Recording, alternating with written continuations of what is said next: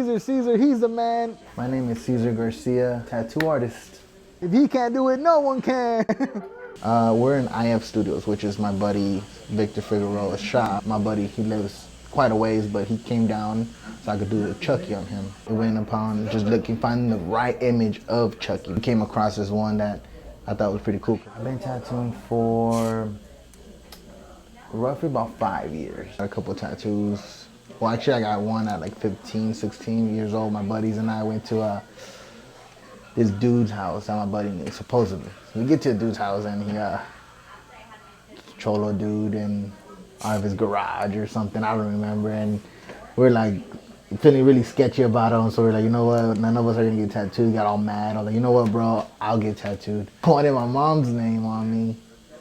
He ended up, I didn't like none of the designs he drew. I was like, man, dude, how about this? How about I draw it out and you tattoo it? Because I don't know what so I drew out my mom's name and he stenciled it and put it on me and tattooed it. Finally, I moved out here, picked up a scratcher, cheap machines, and started tattooing. I went my triple black as far as on the edges, because it has an image where it's kind of looking through the door, so it has a shadow in the edges of his face. So I go triple black around it just so it can have the middle center part more focused. I do have a lot of people that have a lot of confidence in me, and there's artists that feel like you should be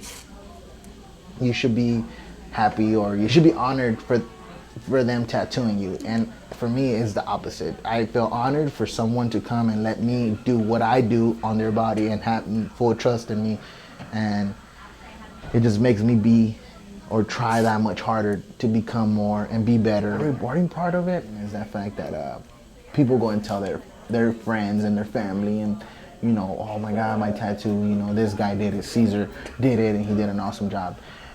And I think a lot to do with it is that when somebody walks in through the door, whether I know them or don't know them, I treat them like I know them. So when people come to me, you know, they want to open up to me, and that's fine. You know, whatever they tell me is between me and them, and they feel like they have a friend within their tattoo artist. The biggest accomplishment was when I started traveling around the state. I have a buddy in Australia that I met in San Francisco, and he invites me all the time to go to Australia, which I need to really get my passport to get out there. But I mean, just the fact that they're saying, hey, you know, come to my shop and tattoo in my shop for a week or two, you know, it's fulfilling. Like, oh my God, like these people take my art and as artists approve of it being good, you know, approve of being worthy of tattooing with them. I've been to Baltimore, Washington, D.C. That was fun. I never ever thought, you know, a kid from the ghetto was ever gonna be in front of the White House or the Lincoln Memorial reading, you know, the big speech on the wall, you know, or being where Martin Luther King did his, you know, his greatest speech ever. Movie characters are always fun. I mean, the white ink just helps it that much more to make it pop. So as far as the eyes, the teeth, and I used a little bit on the wood.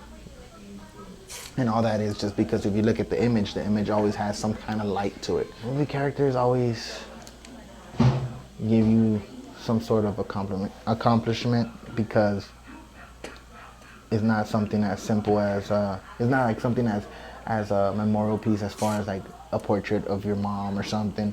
It's more like, it's a fun tattoo to do. So, I mean, anything to do with movie characters, I've been wanting to do them all. One of my goals, to achieve more for my kids as far as, you know, getting them homes, having a comfortable lifestyle, you know, living the American dream, but not having to work the corporate world. Follow me on Instagram, Cesar G. That's Cesargee. Don't forget that.